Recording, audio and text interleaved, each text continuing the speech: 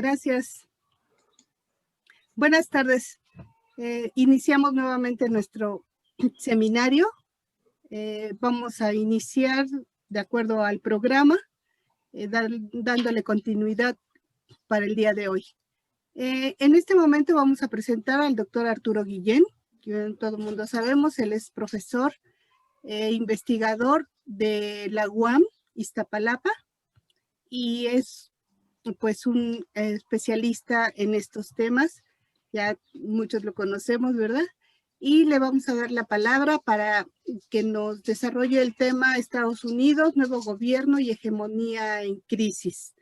Va a tener 15 minutos, quizá un poquito más, pero si se respetan más o menos los 15 minutos, podemos dar oportunidad a preguntas o comentarios finales, digamos, de la mesa. Y después ya tendremos otra conferencia magistral de parte del doctor Juan Carlos Barrón.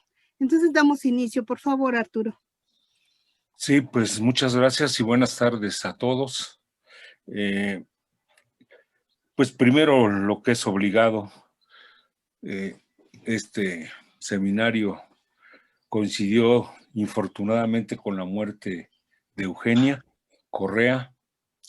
Me voy a tomar entonces unos minutos para recordar alguna cosa. ¿No se escucha? Sí. Perdón. Decía, pues con la tristeza que nos causó la muerte de Eugenia, en plena madurez, digamos, intelectual, y después de una vasta obra que pues quizás todos ustedes conocen, yo quisiera hacer referencia a algún episodio que tiene que ver con la época en que yo conocí a Eugenia. Yo fui profesor de ella y de la doctora Margarita Camarena, que está aquí en la mesa también, por allá de hace unos 46, 47 años, si no me equivoco. Y en ese entonces, tanto Eugenia como Margarita, como es lógico suponer, eran unas jóvenes muy activas, yo diría activistas de la Facultad de Economía en el medio estudiantil, y nos tocó vivir una etapa que yo creo que es importante en la historia de la facultad, que fue lo que se llamó las coordinaciones, que básicamente esa coordinación fue un movimiento de estudiantes, en donde estaban obviamente ellas participando, y un grupo de profesores, hasta donde recuerdo algunos de ellos, Saúl Escobar, Julio Moguel, Carlos Schaffer, Edmar Salinas y otros alumnos también, ahora destacados profesores de la facultad. Y ellas jugaron un papel, digamos, activo en ese momento, lo jugamos, creo yo, y lo señalo porque fue el momento en que en la Facultad de Economía, que no tenía, digamos, la enseñanza de la economía política, esta se incorporó a partir de ese movimiento. Si los profesores y alumnos que decidimos impulsar ese proceso, empezamos a enseñar economía política y economía política marxista como elemento central en los cursos en ese entonces de teoría económica. Y esto fue lo que más tarde llevó a la introducción de la economía política en los programas de estudio de la Facultad de Economía, reforma impulsada por el doctor José Luis Eseña Gámez, y que luego se trasladó a las universidades de provincia y se convirtió, digamos, en un hecho formal en la mayoría de las universidades de provincia y de las universidades públicas. Entonces, esa faceta de Eugenia, creo que valdría la pena agregarla. El resto lo conocemos perfectamente bien, su rol central en el desarrollo de este mismo seminario, de esta red financiera, sus nexos y obras que estuvieron realizando a lo largo de muchos años. Entonces, como un simple testimonio, quería señalar la participación de Eugenia y también de Margarita en ese entonces como unas jóvenes estudiantes que fueron activas en ese proceso. Bien, entonces yo voy a, obviamente por el tiempo también, me voy a enfocar en dos puntos fundamentalmente. Uno, en el hecho de cómo va la crisis económica a nivel mundial, sobre todo en el caso de la economía norteamericana, y un segundo momento en cómo esta crisis, que no ha sido todavía resuelta, y que como lo he planteado en otros foros, considero que se trata de una crisis que no fue un fenómeno simplemente derivado de la pandemia, que la pandemia misma está inscrita en un proceso de crisis del capitalismo que viene de atrás y que tiene su antecedente más inmediato en la gran crisis de 2008-2009 y de muchos problemas y contradicciones que no fueron resueltos a partir de la recuperación, digamos, débil e incipiente que se inició al término de la recesión de 2008-2009, pero que no había resuelto una serie de problemas, entre otros la tendencia fundamentalmente al estancamiento de la economía norteamericana y que de hecho es un proceso que se podría extender al conjunto del sistema capitalista. Entonces, estamos en un momento en el cual llevamos ya más de un año de una recesión muy profunda, la más profunda desde la Gran Depresión de los años 30, como ya sabemos. Hay un proceso de recuperación vigoroso de algunas economías, pero que en ninguno de esos casos podemos considerar que ya incluso, digamos, volvió a un punto anterior al de la pandemia. Falta mucho todavía por realizar. Voy a tratar de compartir unos datos.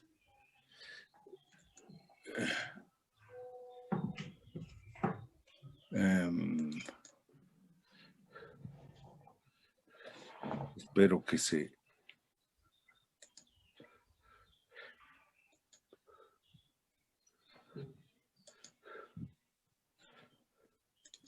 compartir pantalla ya. Ok. ¿Se ve? Sí se ve. Nada más dale. Lo amplío. Sí. Perfecto. Bueno, a propósito de esto, aquí tenemos los datos del crecimiento del PIB en tasas anualizadas hasta el cuarto trimestre de 2020 y sí, efectivamente vemos una serie de datos interesantes. Primero, la economía china es la única que realmente creció en el año de 2020 y ya en el cuarto trimestre estaba obteniendo un crecimiento anualizado del 6.5 que se mantiene como perspectiva para el año 2021, ¿no? En el caso de otras economías, pues, en Estados Unidos también obviamente hubo un rebote muy fuerte. En el último trimestre de 2020 el crecimiento anual fue del 4%. Y se espera, por lo que incluso hoy confirmó el presidente de la Fed, Jay Powell, que el año de 2021 crezca hacia alrededor de 6.5%. La Unión Europea, como vemos aquí, la zona euro va muy rezagada respecto al resto de las economías capitalistas desarrolladas y su recuperación ha sido mucho más lenta y mucho más difícil. Aquí se puede ver en esta gráfica, son los datos anualizados, más bien los datos anuales, y pues, se puede observar la tremenda caída que significó esta llamada crisis del coronavirus en la economía mundial. Están los datos de China, también Hong Kong, Estados Unidos, Japón y la eurozona. Bien, y si vemos sobre todo los datos del desempleo, si los encuentro, ha habido también una cierta recuperación del empleo. El último dato de febrero en Estados Unidos es de un de una tasa de desempleo del 6.2, sin embargo está lejos de haberse ya recuperado la cantidad de empleos perdidos durante la crisis. Se calculan alrededor de 9-10 millones de empleos que todavía habría que recuperar, etcétera. Y aquí se puede ver sobre todo cómo, a pesar de que sí hay una disminución, por ejemplo, de las solicitudes de desempleo, lo que se llaman las solicitudes de desempleo iniciales y continuas, sin embargo, hay una tendencia al estancamiento en la recuperación de los empleos, ¿no? Sigue habiendo solicitudes de empleo bastante elevadas, si no recuerdo mal, alrededor todavía de más de 700,000 personas que piden cada semana seguro de desempleo, y entonces, por tanto, ese es uno de los factores que aún no se recupera, no obstante los programas de estímulo, ¿no? Voy a dejar de compartir para continuar.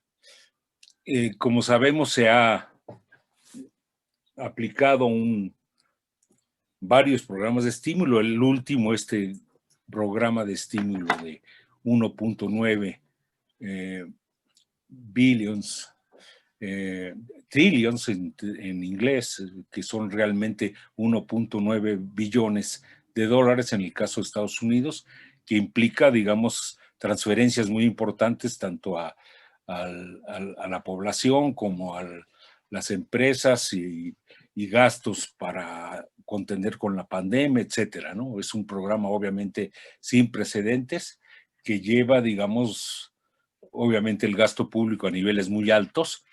En la actualidad el déficit público en Estados Unidos ronda el 15%, y es probable que este año de 2021 pueda llegar incluso a arriba del 20% del PIB. Esa es toda una discusión. O sea, obviamente hay un fuerte programa de estímulos. Casi se podría decir que es una renta básica universal temporal, que no sabemos hasta cuándo pueda ser mantenida, pero obviamente tiene ese efecto, digamos, muy potente en la demanda agregada. Sin embargo, pues se están acumulando, como decía ya antes, déficits o desequilibrios importantes, en particular el déficit público, y dos, el desequilibrio externo. Si bien no llega todavía a un nivel realmente preocupante, pero sí hay un incremento importante del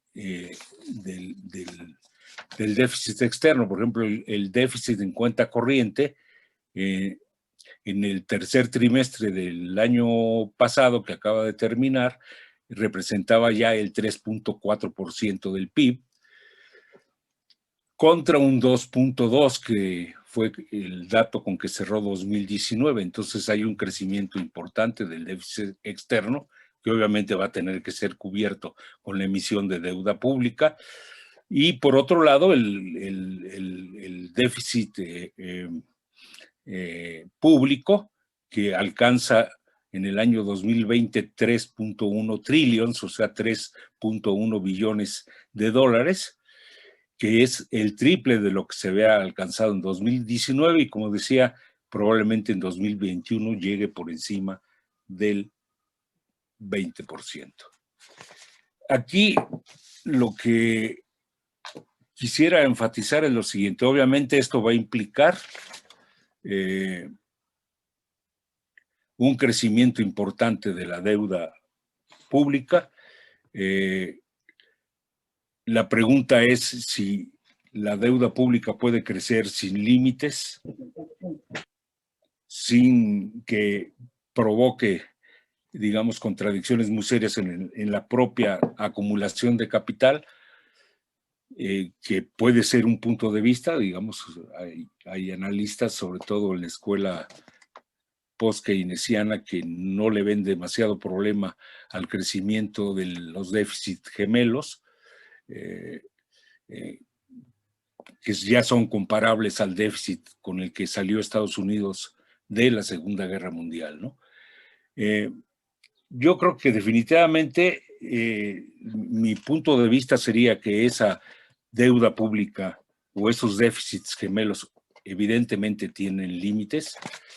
de que pensar que todas las deudas se pagan siempre y que siempre va a haber ingresos en los hogares y en la economía real suficientes para pagar del servicio de la deuda, me parece que es una idea un tanto naif e ingenua, y desconocer el tipo de contradicciones que están presentes actualmente en el funcionamiento de los capitalismos, del capitalismo. La preocupación, obviamente, de la escuela dominante o de la escuela ortodoxa es la idea de que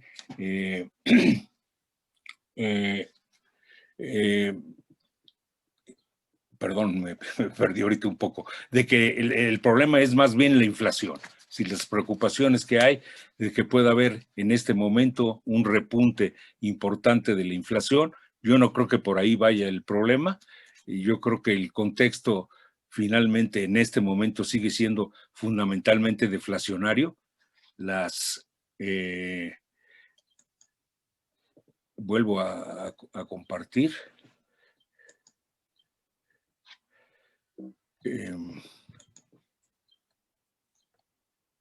Perdón.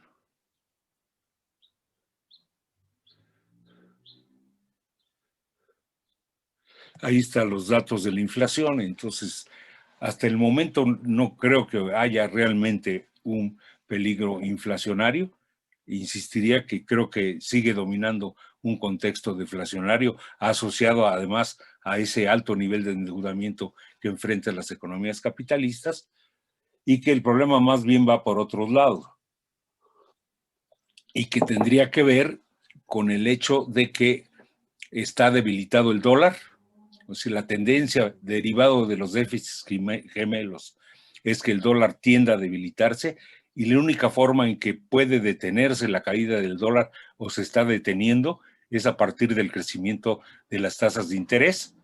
Como vemos, aquí están las tasas de interés a 10 años en Estados Unidos, Japón y Alemania, y sí hay un piquito, sobre todo en el caso de la economía norteamericana, si hay un repunte de la tasa de interés de los bonos a 10 años, y sobre todo si vemos la tasa de interés a 30 años, hay una clara tendencia a su aumento. Entonces yo creo que el problema va por allí.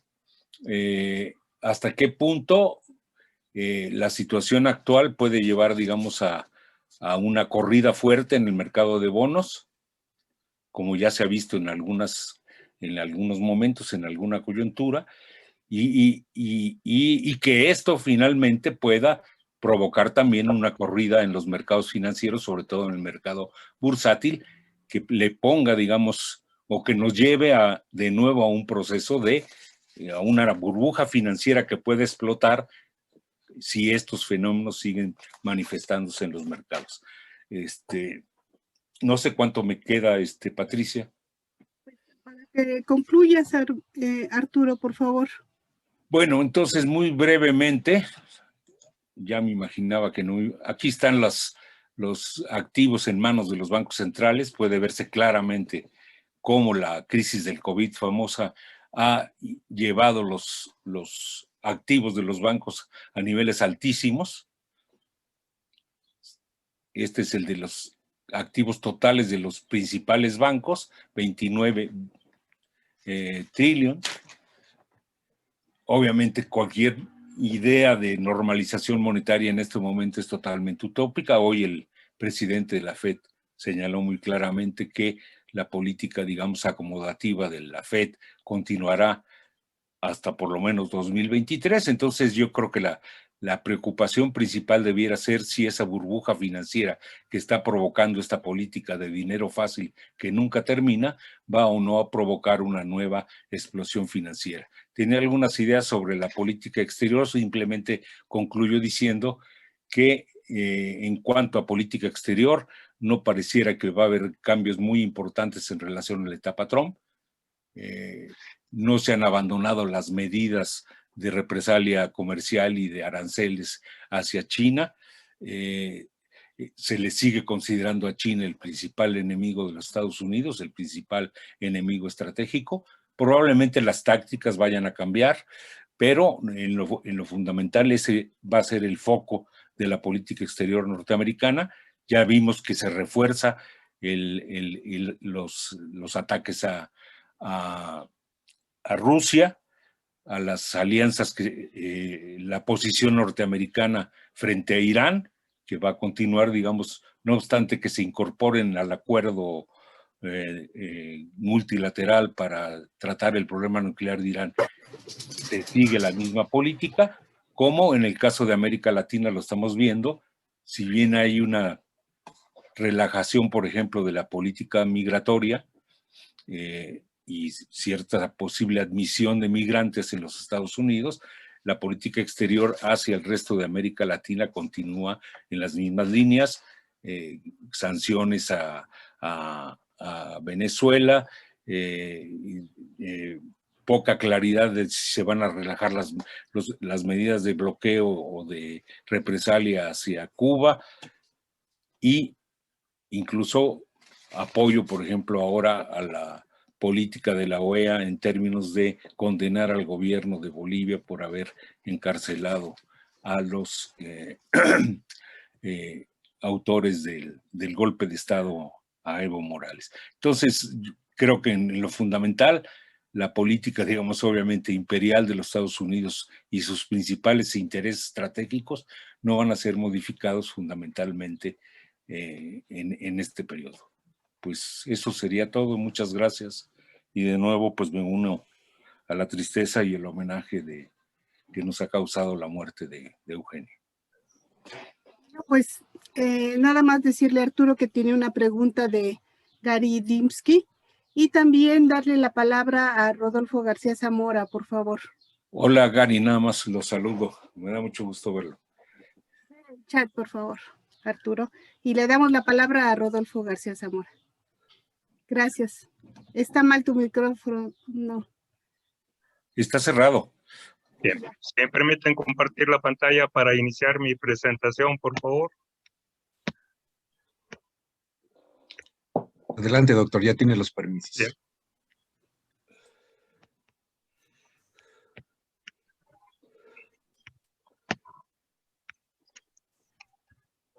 Bien, buenas tardes a todos. El trabajo que vamos a presentar mi colega la maestra Selene Gaspar y yo es sobre la paradoja de la contribución financiera de los migrantes mexicanos en Estados Unidos, el aumento explosivo de las remesas y la exclusión presupuestal del 2020-2021.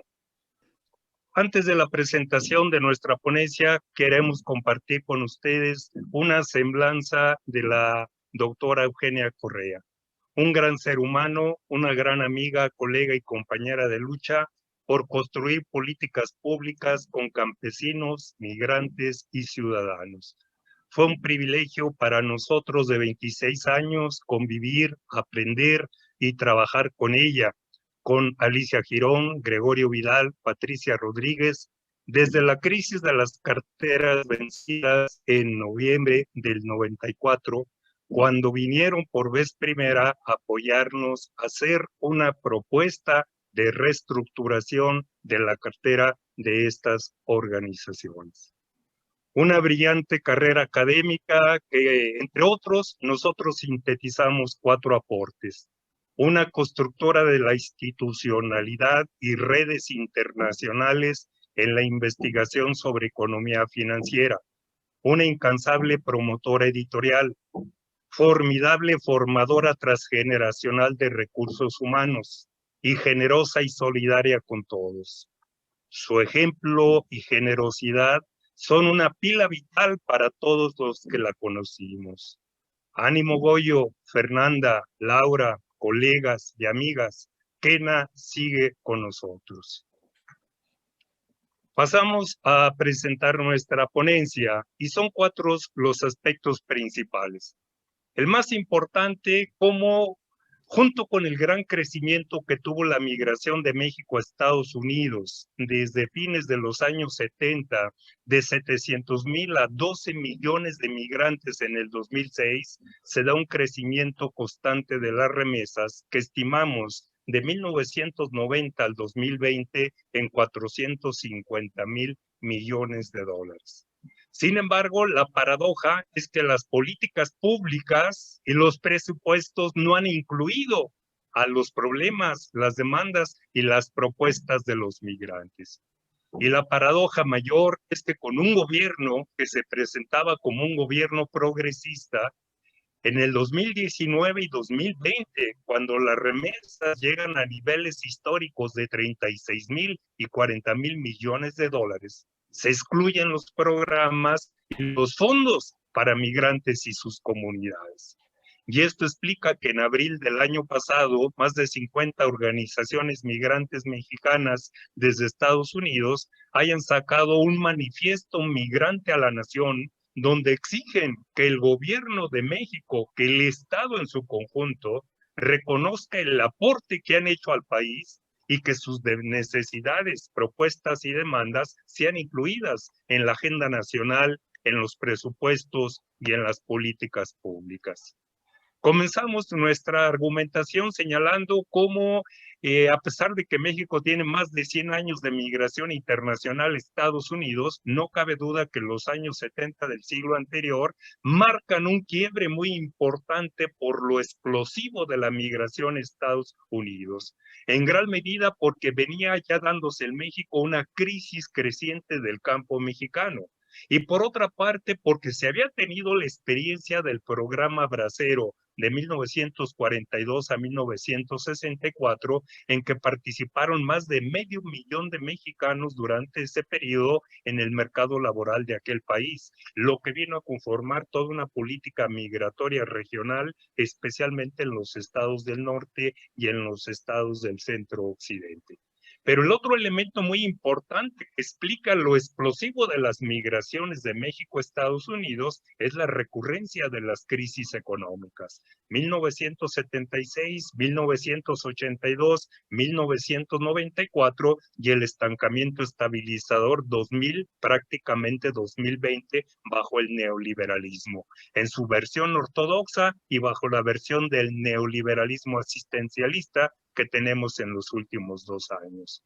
Y por otra parte, el impacto del Tratado de Libre Comercio, que durante los 20 primeros años significó la expulsión de 20 millones de personas del campo y la quiebra de la pequeña y mediana empresa, un porcentaje importante de cuyos trabajadores tuvieron que emigrar a Estados Unidos. De los años 70 al año 2000 hay un proceso de surgimiento de miles de comunidades transnacionales, México, Estados Unidos, que han actuado y siguen actuando como el motor de la transferencia crecientes de las remesas. Es importante señalar cómo la gran recesión económica en Estados Unidos del 2007 al 2014 significó por una parte una caída de la migración en un 80%, y cómo las remesas cayeron del 2007 al 2013, como lo veremos en los gráficos siguientes, pero a partir del 2014 las remesas se recuperan y siguen creciendo, como lo hemos visto en los últimos 2 años, superando las divisas de las exportaciones petroleras y agropecuarias. En ese sentido, vemos que lo que ha caracterizado al Estado mexicano en su conjunto 2020 es una visión extractivista de los migrantes. Su razonamiento es que se han ido 12 millones de mexicanos, se van y mandan miles de millones de remesas. Y por otra parte, financian 30,000 proyectos comunitarios con el programa 3x1. Entonces esto le resulta funcional, le ha resultado funcional a todos los gobiernos mexicanos, a los anteriores y al actual. Y sin embargo vemos que las políticas públicas hacia los migrantes durante 20 años han sido reactivas, parciales y tardías. Y en general, los programas promovidos por el Estado mexicano hacia los mexicanos en el exterior han sido programas corporativos, asistenciales, fundamentalmente a través del programa paisano, el programa 3x1 desaparecido y el Instituto de los Mexicanos en el Exterior. Y la política migratoria hacia los transmigrantes de Centroamérica y otras regiones es una política policíaca y de seguridad nacional que es la que estaba antes del 2018 y que es la que se ha fortalecido con la subordinación a la política migratoria de Estados Unidos.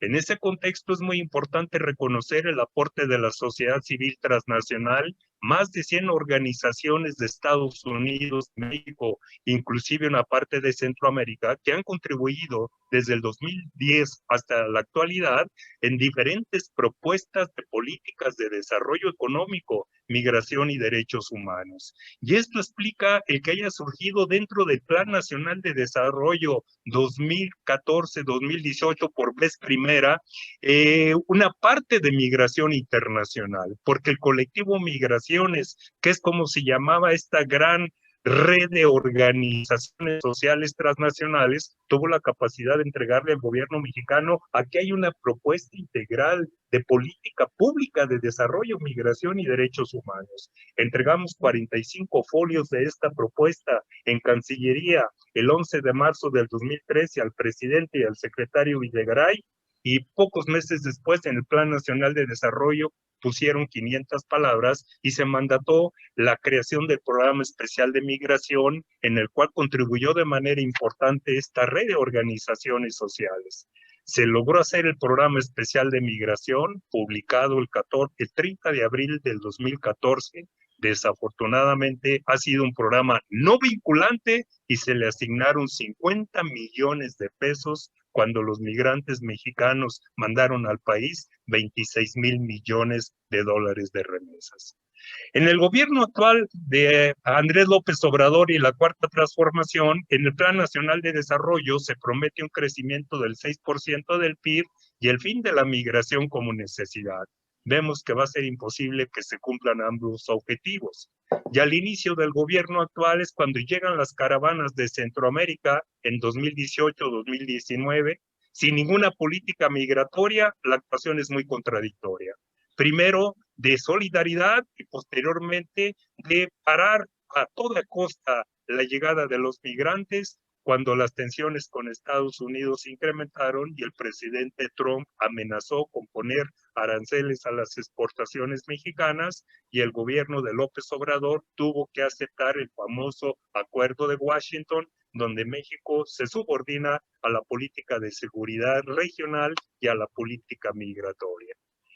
Pasamos al contexto de 2020, la doble pandemia sanitaria y económica, y los migratólogos de México y Estados Unidos entramos un poquito en pánico diciendo, cuidado, en marzo, abril, mayo puede darse una situación como la que vimos del 2007 al 2010. Es posible que caiga más la migración de mexicanos a Estados Unidos. Es posible que haya un incremento muy fuerte de deportados y retornados a México y el país no está en condiciones de integrarlos laboralmente. Y es posible que se desplomen las remesas. Y empezamos a revisar las estadísticas. Y en abril el desempleo de los mexicanos en Estados Unidos llegaba al 17.1%. Y esto nos preocupaba porque el desempleo de los mexicanos en Estados Unidos en el 2009 fue del 13%. Afortunadamente, los megaproyectos de reactivación económica de 2.4 billones de dólares y posteriormente 400,000 millones de dólares y dieron sus resultados positivos, reactivando el mercado laboral o los mercados laborales, especialmente donde participan los migrantes mexicanos. De cualquier manera, era muy importante tener en cuenta que el año anterior México había recibido 36,000 millones de dólares de remesas y la gran sorpresa es que al final de diciembre se estima, y ya está confirmado, que México recibió 40,000.6 millones de dólares por remesas y se vinieron abajo pronósticos que habían anunciado que las remesas iban a caer un 20%. Y la explicación es que son varios factores. Primero, 5.9 millones de mexicanos indocumentados que han intentado mandar la mayor cantidad de sus ingresos y ahorros ante el riesgo de que sean deportados. La solidaridad de los millones de mexicanos que no tienen problemas migratorios y que se han visto beneficiados con mayores empleos y con los subsidios gubernamentales.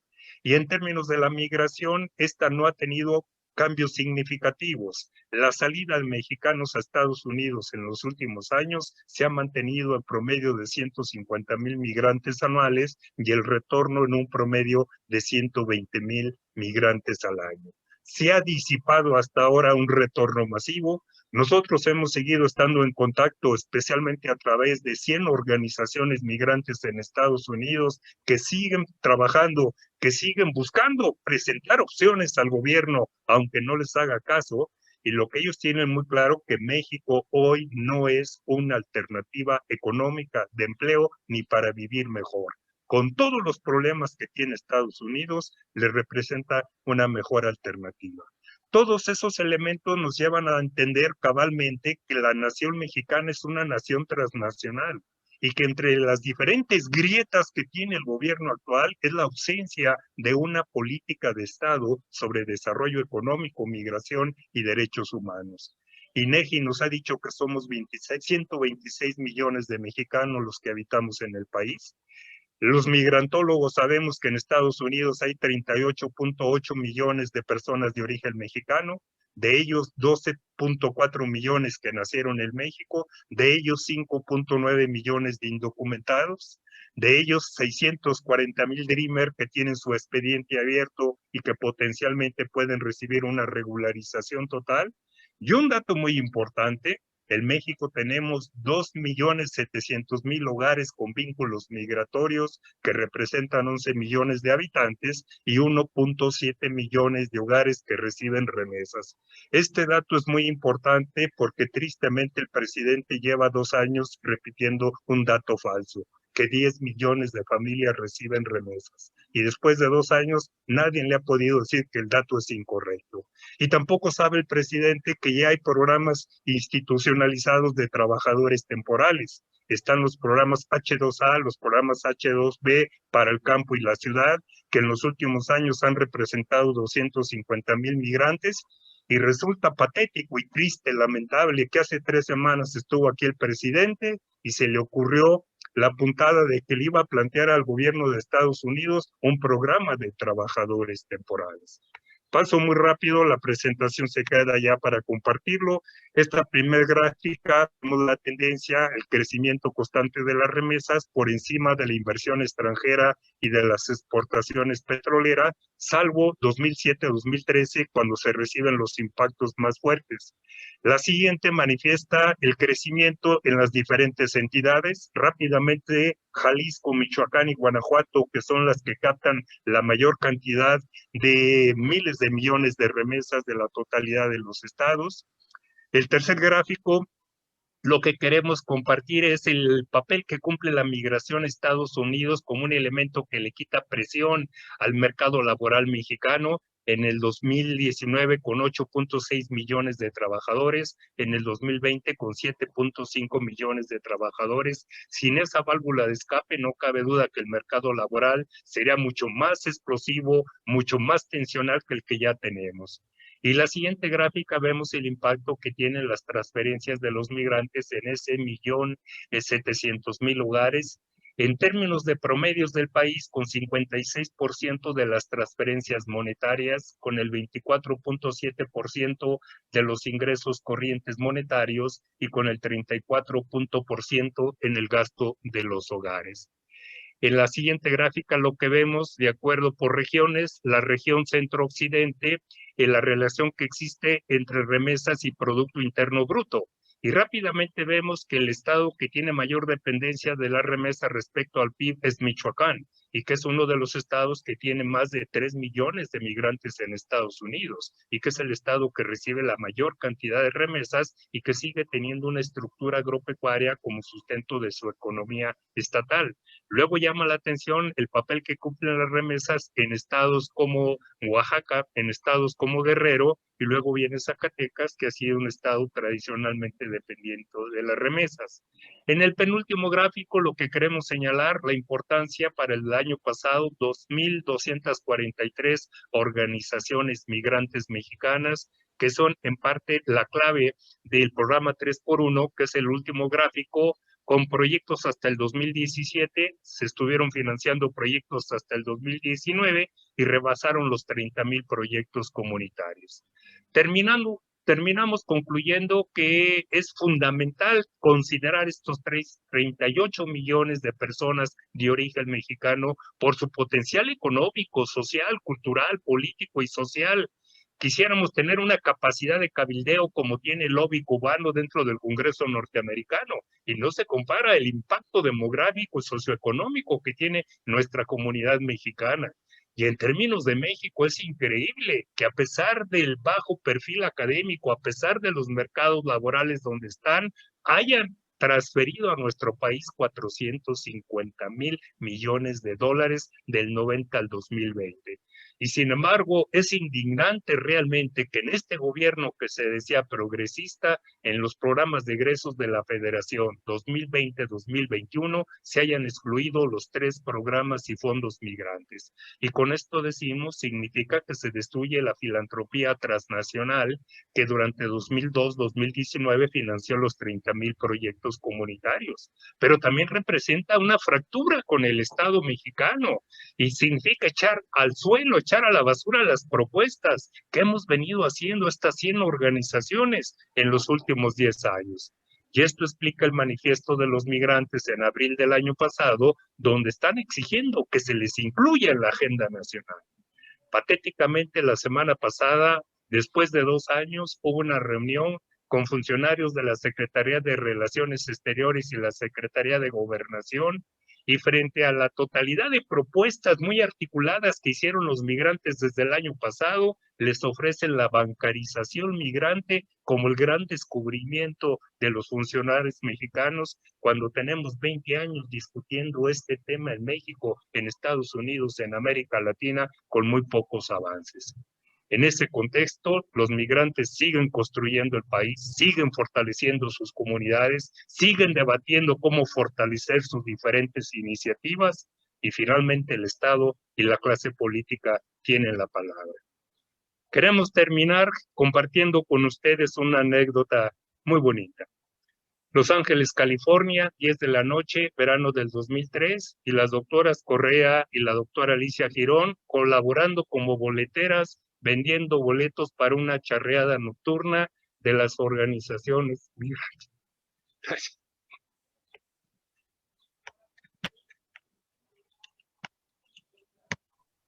Pues muchísimas gracias, Rodolfo.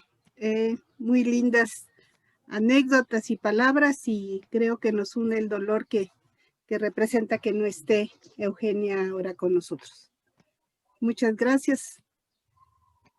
Y pues le vamos a dar la palabra para seguir con nuestro programa.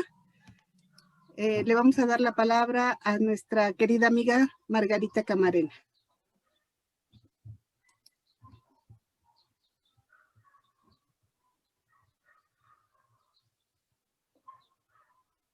Buenas tardes a todos. Voy a pedir permiso para compartir pantalla e iniciar mi presentación. Me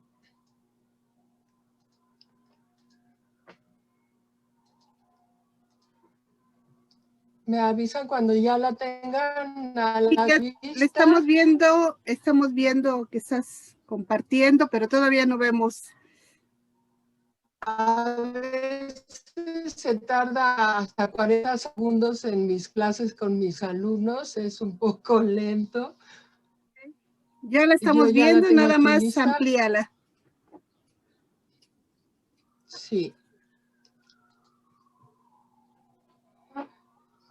La ponencia trata fundamentalmente de la redistribución de la riqueza durante la pandemia y en particular sobre un factor que se llama factor de desigualdad social. Pero antes quisiera dedicar 20 segundos a presentarles este breve poema de Elizabeth Gilbert, que es muy bonito.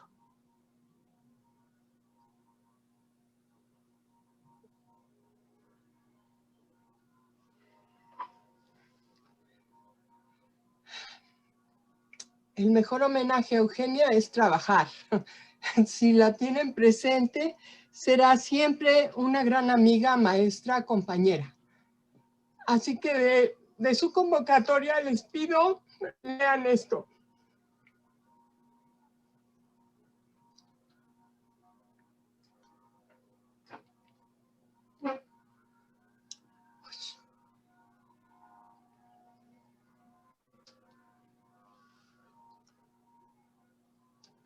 De ahí que el factor de desigualdad social al que me voy a referir casi al final de la presentación para ustedes, sea finalmente un indicador de polaridades, de asimetrías económicas y sociales, pero que toca como común denominador los principales aspectos de esta crisis financiera y crisis de salud mundial que estamos viviendo.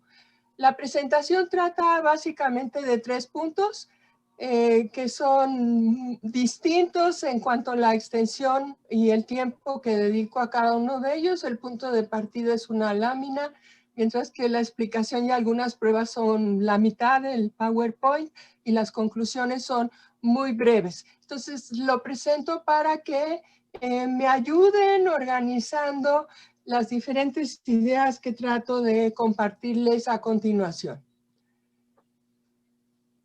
Después de la crisis del 2007, la que estamos viviendo, que parecería ser reiteración y prolongación de aquella acumulación de efectos contradictorios de la reproducción del capital, nos presenta junto con la pandemia algunos aspectos que acentúan las contradicciones conocidas y que empiezan a dibujar una serie de tendencias de descomposición y recomposición en la expansión del capital, en la circulación de la misma plusvalía y sobre todo en la aparición de medidas excepcionales de concentración del valor que empiezan a lograr traspasar productos, mercancías, capitales valorizados previamente en reiterados ciclos productivos, como si se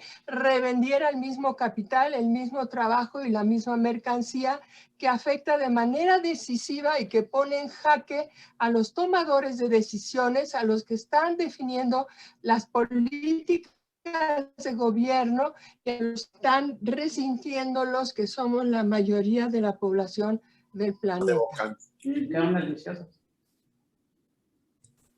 Sí. Deliciosas. No sé por qué no quiere. Por favor, con micrófonos. El punto 2 de la presentación tiene todas estas partes que comprenden, digamos, del 2.1 al 2.5, elementos de contexto para entender o intentar situar qué cosa es eso del factor de desigualdad.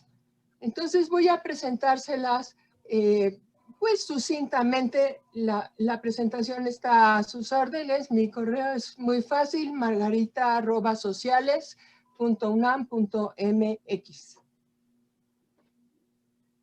Entonces, lo que planteaban las organizadoras del Semecofin para esta edición 21 era una interrogante sobre el rescate instantáneo de las bolsas de valores y del sector financiero por parte de los gobiernos frente a un incontrolable desempleo, que si bien intentaba ser una manera de reencuentro entre la inversión y el crédito, más bien lo que estaba abriendo a la discusión es que se quedaba en muy segundo lugar la recuperación de la demanda. Entonces, el crédito como fundamento del dinero había venido siendo cuestionado de muchas maneras, pero se ha ido convirtiendo en el soporte de la especulación financiera y, como alguno de los expositores que me han precedido decía, ya es evidente que el capital financiero está cada vez más incapacitado para financiar la economía real en el nivel global. En el esfuerzo de reconstrucción emprendido por los propios, digamos, gestores y capitalistas durante y después de la pandemia, sin duda que 2 ejes parecen ser el gasto público y las empresas. Pero una vez más, la mayor parte de la población, los miles de millones de gentes del planeta, son invisibles y se toman decisiones que parecerían simplemente pues hacerlos insignificantes, ¿no? En este sentido, me voy a referir a algunas de las medidas que está intentando poner la OECD en práctica, tratando de entender desde su perspectiva cómo puede afectar la pandemia a las finanzas de los gobiernos subnacionales de la organización, ¿no? Entonces, es muy interesante el planteamiento, pienso, bastante ortodoxo, clásico, y tiene la cualidad de situarse en diferentes momentos, o sea, plantea un corto plazo, un mediano plazo y un largo plazo, que hace muy interesante el pronóstico y retrospectiva de su análisis financiero, ¿no? De su preocupación por hacer frente a la crisis económica y social, y para el interés de mi presentación, sobre todo para hacerlo en el nivel territorial. En resumen, son 10 las medidas que ellos proponen, me imagino muy conocidas y criticadas por todos nosotros en el seminario, y a mí me llama la atención que no sean de ninguna manera liberales, liberalizadoras, pero que sí contemplan quizá como un side effect la cuestión de mitigar el impacto económico financiero en los propios gobiernos, y allí se entiende que por extensión están hablando de trabajadores, hogares y poblaciones. Les importa muchísimo la coordinación vertical, así le llaman, para que la descentralización sea efectiva, para evitar repeticiones, minimizar riesgos, fragmentaciones de las políticas y para que los esfuerzos sean, digamos, optimizados. El problema del tiempo tiene también una significación muy especial y contradictoria. Es paradójico cómo lo hacen sinónimo de duración, propagación y contracción.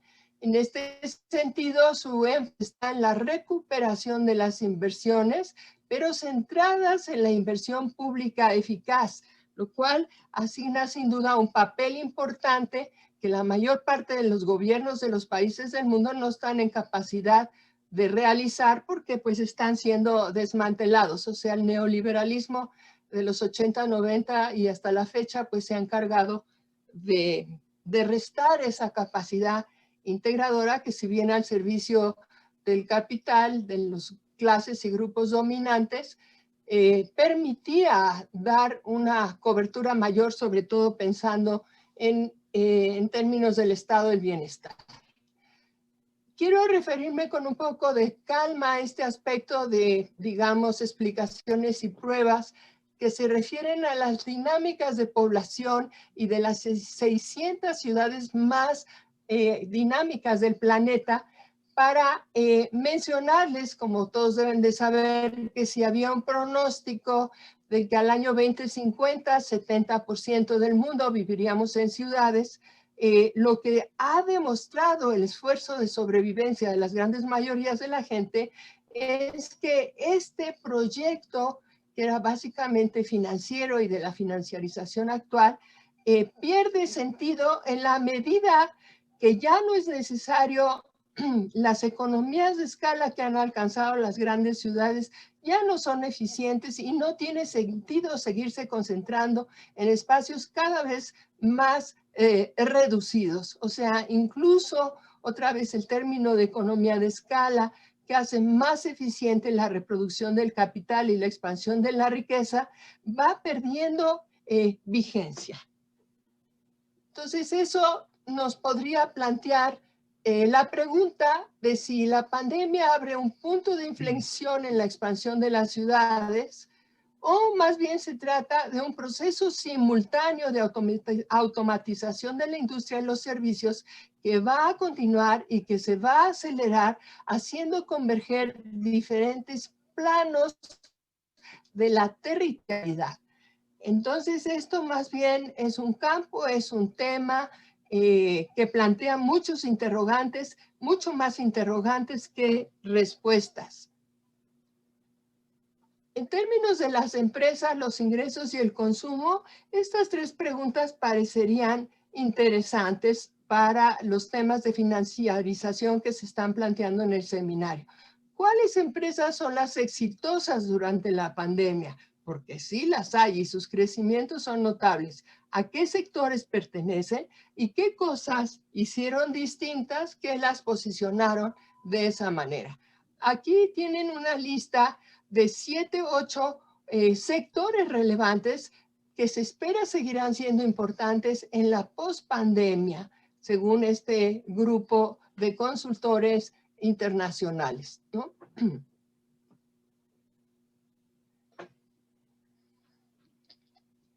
Los perfiles más demandados son, en términos de empleo, también los que corresponden a la gestión financiera, actuarios con especialidad en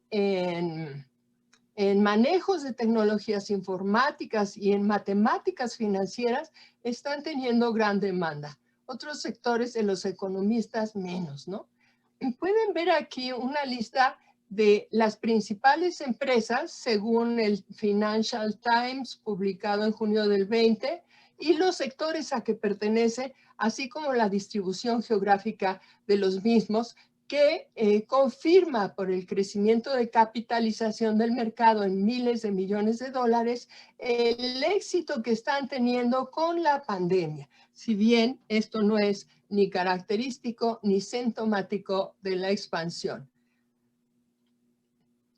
Entonces presento muy rápidamente lo que han hecho diferente Amazon, Microsoft, Apple, la automotriz Tesla, y menciono aquí unas 6 o 7 características claves que estas empresas han adoptado para superar la crisis y digamos que abanderar la innovación, la adaptación y la resiliencia empresarial del resto de los sectores económicos del mundo, ¿no? La pandemia, nada más voy a leer rápido esto, ha obligado a las empresas a implementar la digitalización, provocando cambios estructurales que incluyen la preferencia de los clientes por el compromiso digital, modelos de trabajo remoto para los empleados y la aceptación de desafíos por parte de las empresas durante este periodo que no solo ha puesto en juego la productividad a través de operaciones digitalizadas, sino que también empieza a centrarse en otras oportunidades que le presta la misma dispersión o reclusión de la fuerza laboral, ¿no? Es muy importante que las empresas, sobre todo la automotriz, estén dando énfasis en procesos de cooperación en el trabajo, cosa que ya conocía, por ejemplo, Gran Bretaña también en la industria automotriz desde los años 90. Entonces, estos son ejemplos de empresas exitosas, pero que no se pueden escalar a cualquier actividad y mucho menos a regiones completas de la economía mundial. Entonces, la resiliencia de la empresa requiere otra visión empresarial y otras prácticas de negocios, cosas a las que se están dedicando intensamente. En resumen, hay un 17% de aumento de las ventas de empresas con plataformas de comercio electrónico. Hay un 27.4% de aumento en servicios de la nube, que a todos ya nos están queriendo cobrar por lo que sea. 26.5% de suscripciones a plataformas de teletrabajo y 40% de aumento en el comercio online. Entonces, estamos ya pasando a la parte última y solamente quisiera mencionarles algunos pronósticos para la economía mexicana que son muy rápidos y aquí está de ejemplo y de contexto del factor de desigualdad que centra esta exposición, ¿no? Entonces, aquí simplemente se ve que al cierre del 2020 se preveía una caída del 8.5 al 9% de la economía mexicana. Y como vemos en esta, ya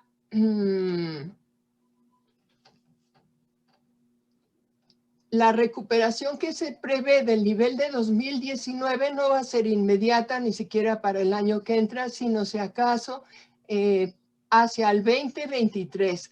Pero de cualquier manera, al cierre de este año, o sea, del 2020, la caída que les comentaba hace evidente que la recuperación de ese nivel, de esa intensidad de la economía mexicana, si bien se alcanzará en términos porcentuales, en términos de la realidad del proceso económico, no sucederá así. O sea, este proceso de contracción, expansión desigual que está sufriendo el mundo, en México refleja como ecos unos y otros procesos de manera abrupta, sin complementariedad y sí contradictoriamente, ¿no?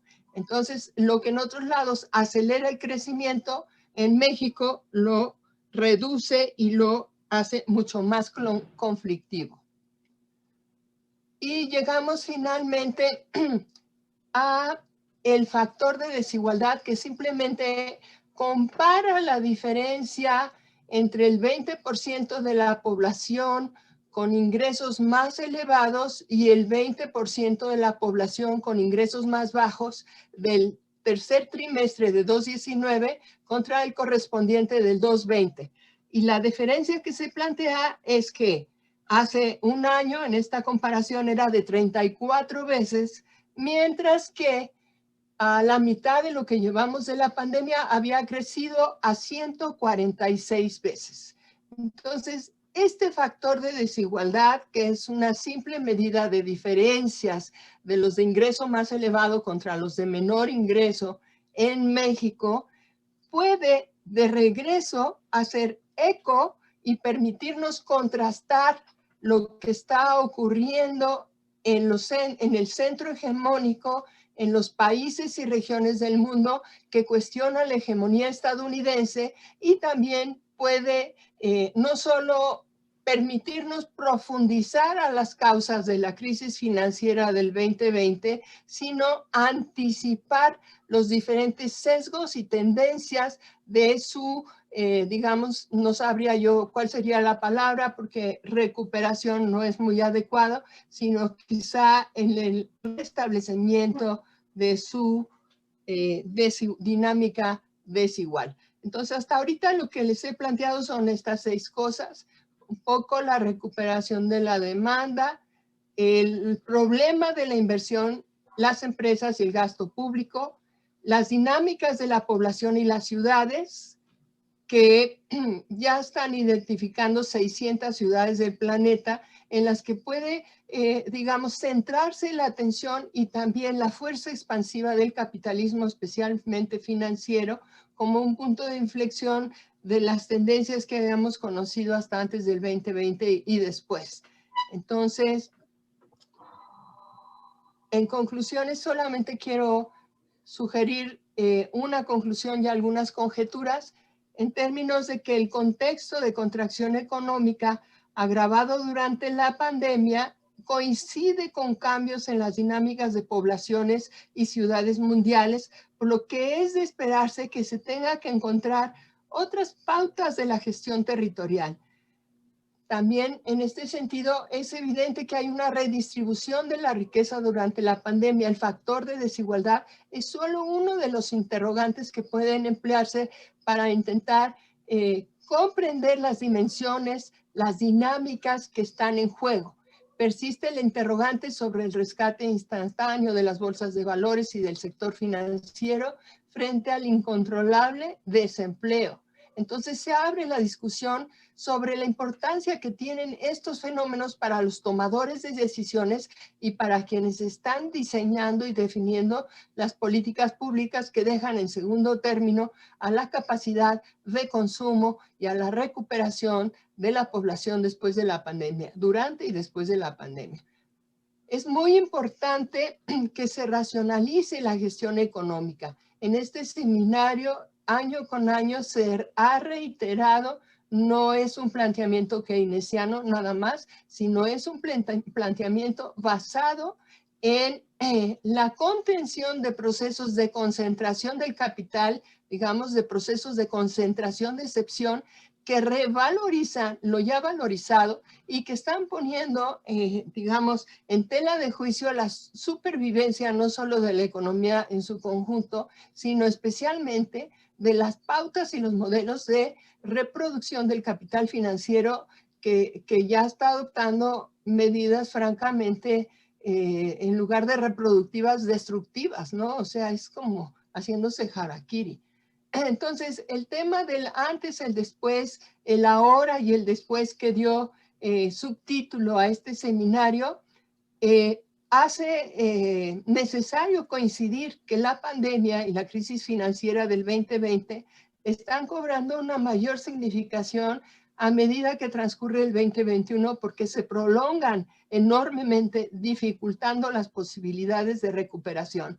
Entonces, hace más claro que es necesario dirigir la política pública no solo a mitigar, sino a atender los efectos nocivos de la contracción financiera y de la pandemia. Y dado que esto tomará años, pues hay que hacer ejercicio de esas, digamos, habilidades de los economistas, habilidades previsoras que anticipen, que prolonguen las condiciones favorables o más socializantes, más cuidadoras del común previas a la pandemia y que no nos obliguen a hacer transcurrir, por ejemplo, para México, décadas antes de la recuperación como sucedió en el 94.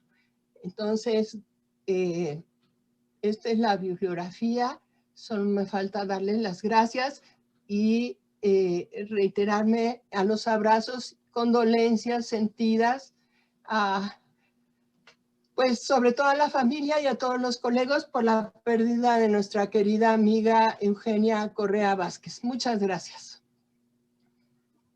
Muchas gracias, Margarita, por todo, sí, por la exposición y por esas últimas palabras. Gracias. Vamos a pasar a la última ponencia de esta sesión. Es la ponencia de Sergio Cabrera. La tituló La financiarización en tiempos de pandemia. Creo que es una buena forma de cerrar esta mesa. Vamos a iniciar, por favor, Sergio. Tienes tu micrófono apagado.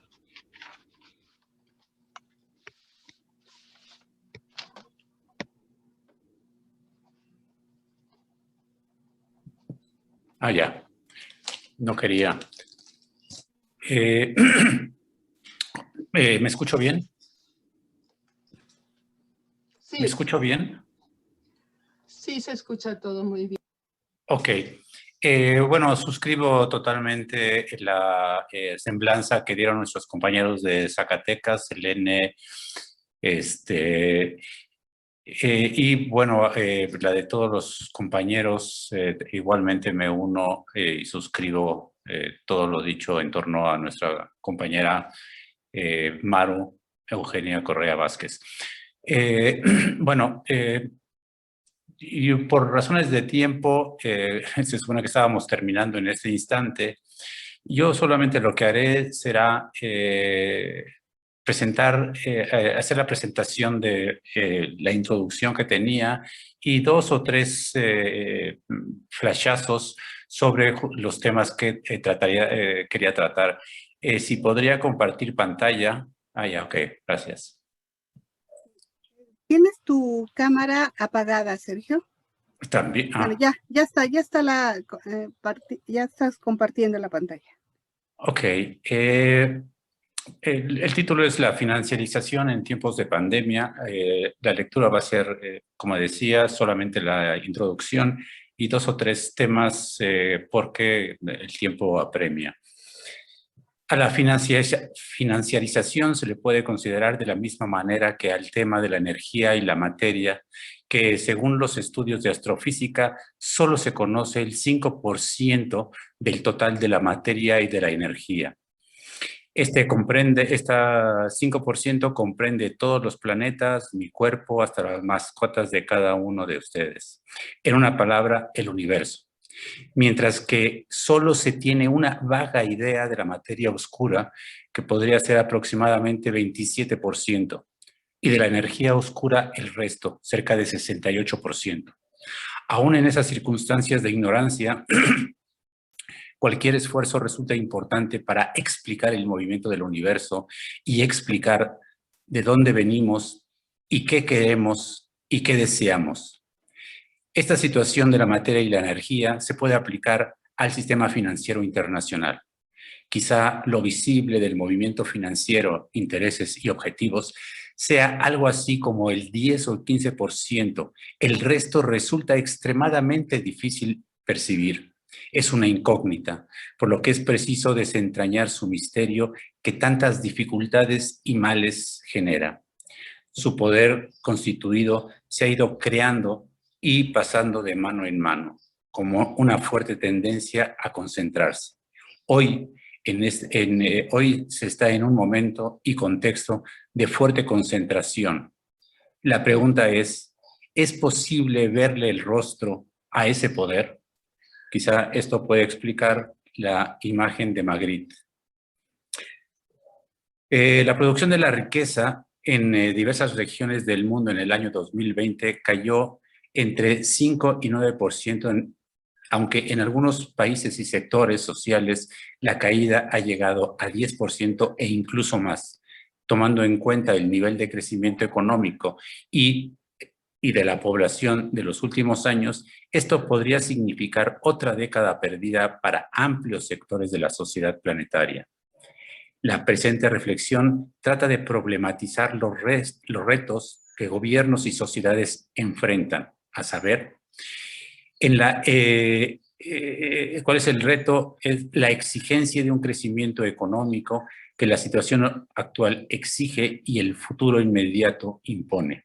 Aunque esta exigencia sea solo para hacer menos dramática la caída de las condiciones de vida por efecto de la pandemia planetaria, la cual no hizo más que ampliar y profundizar la situación ya existente, por lo menos desde hace 20 años, que incluye el pernicioso efecto de la Gran Recesión. El imperativo es revertir el deterioro de las grandes mayorías en todas las sociedades, intentando contener la fuerte concentración de la riqueza y el ingreso de un reducido número de corporativos, solo visible en el nombre de sus grandes accionistas. Tal exigencia también obliga a concentrar esfuerzos para evitar que ese posible crecimiento no profundice la desigualdad ni en áreas económicas, sociales, geográficas, etcétera. Como los hechos no dejan de amenazar, podemos ver cada día que este proceso continúa y continúa la concentración. Así que por alto o bajo que sea el crecimiento económico en el año 2021 y los venideros, las condiciones están puestas para que sea extremadamente limitado y polarizado, lo que es preciso combatir. De ese tamaño es el reto de gobiernos y sociedad. En ese contexto, este contexto define dos proyectos y perspectivas económicas, sociales, políticas diametralmente opuestas. Aquí solo se mencionan tres referentes que están haciendo imposible y complejizando este posible crecimiento. Estos tres referentes son el capital dinerario, la financiarización, la economía del control y la economía verde. Son solamente tres, sin duda que hay más elementos. Estos están obstaculizando una salida y finalmente una alternativa. Esta alternativa que trato de presentar, ante todo, debe de ser una alternativa ética y humanista. La primera perspectiva de obstáculos es el capital dinerario y se denomina este apartado alimentando al monstruo financiero, de la cual solamente retomaré algunos aspectos porque pues ya estamos sobre el tiempo. Según los reportes del Instituto de Finanzas Internacionales, la institución global del sector financiero ha señalado que a fines del año 2020 la deuda global era o sería el 365% del PIB mundial, con un monto de cerca de 233 billones de dólares, que incluye gobiernos, empresas financieras, no financieras, así como familias. Aunque la deuda pública ha sido la que de manera sensible se ha incrementado, en especial gobiernos como Canadá, Japón, Estados Unidos, Reino Unido, España. Solamente otro dato es que en los primeros 6 meses del 2020, con 3 meses de pandemia, la deuda pasó de 220 a 262% del PIB mundial. Igualmente, uno de los datos que revelan un poco la situación de la pandemia y la financiarización es el dato que da el Fondo Monetario, que señala que los gobiernos, en una primera reacción frente a la pandemia, solicitaron créditos, o mejor dicho, se endeudaron en aproximadamente 12 billones de dólares, siempre con tendencia al incremento. Esta deuda se tendrá que pagar o simular pagarla.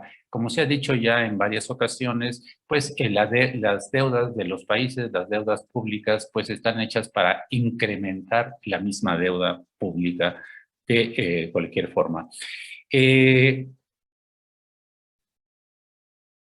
Esa deuda se tendrá que pagar o simular pagarla. Y resulta casi seguro quien la pagará, como siempre, será la sociedad en general y de manera especial el mundo del trabajo y el medio ambiente. Los créditos que el Fondo Monetario ha promovido para enfrentar la crisis económica sanitaria del 2020, ¿a quién ayudará? La pregunta es, ¿a quién ayudará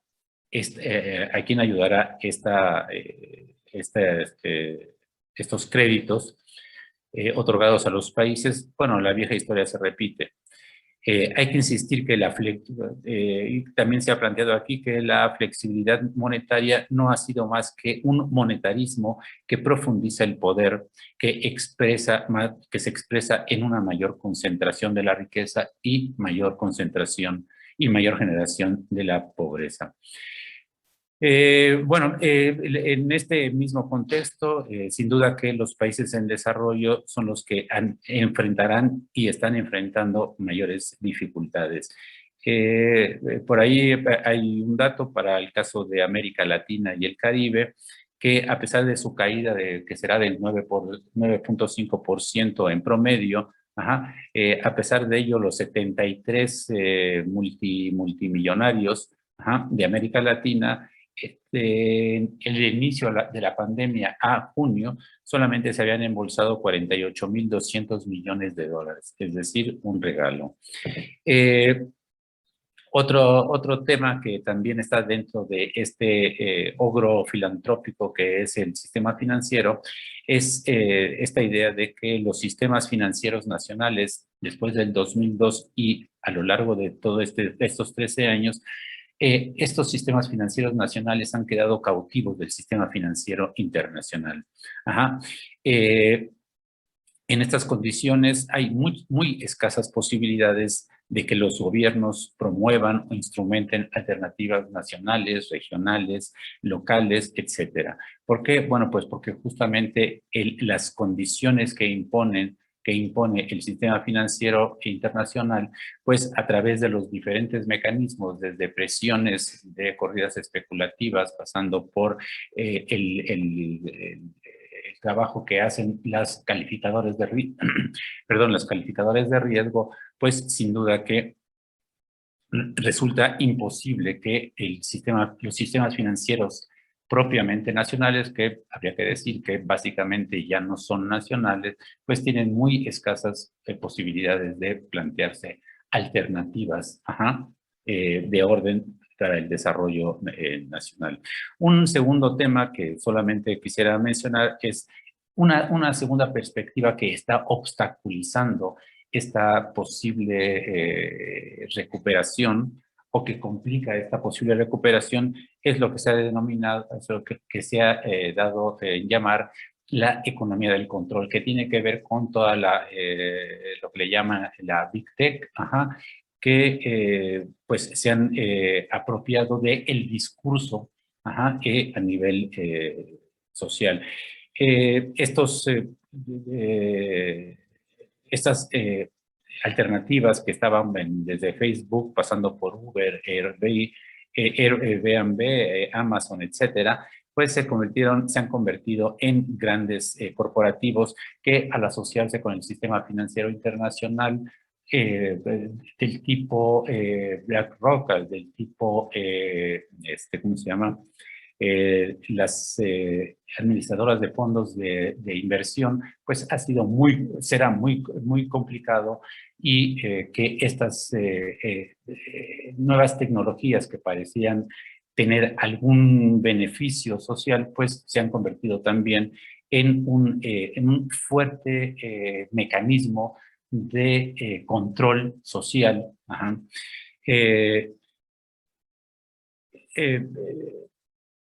De todo tipo, no solamente de consumo, sino que lo hemos visto en el caso de Lula, en el caso de Macri, en el caso de Bolivia, en el caso que nos acaba de relatar en la mañana, el caso de Ecuador, el caso de México, tenemos 2000, 2006, 2012, 2018, el papel que juegan estos medios, estos instrumentos de control. Porque además esta economía del control pues tiene la capacidad de priorizar los temas banales, o priorizar temas que son banales y banalizar los temas que son trascendentales. Y así entonces los temas más importantes de la sociedad quedan oscurecidos. Un tercer elemento que solamente voy a mencionar es el tema de la economía verde. Parecía ser que iba a ser una alternativa, pero realmente viendo por sus mecanismos y agentes, estrategias, pues podemos decir que la economía verde como alternativa, pues igualmente no resulta una expectativa favorable para el crecimiento.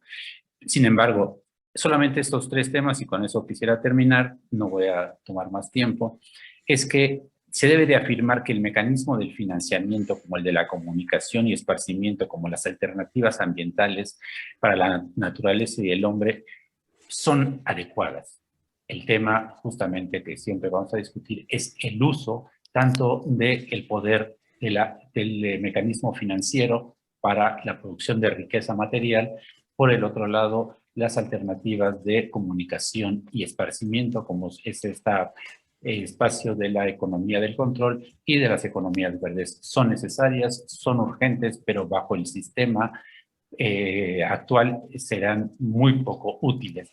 En este sentido, los retos para la sociedad y para los gobiernos, pues son demasiadas ante la debilidad del Estado.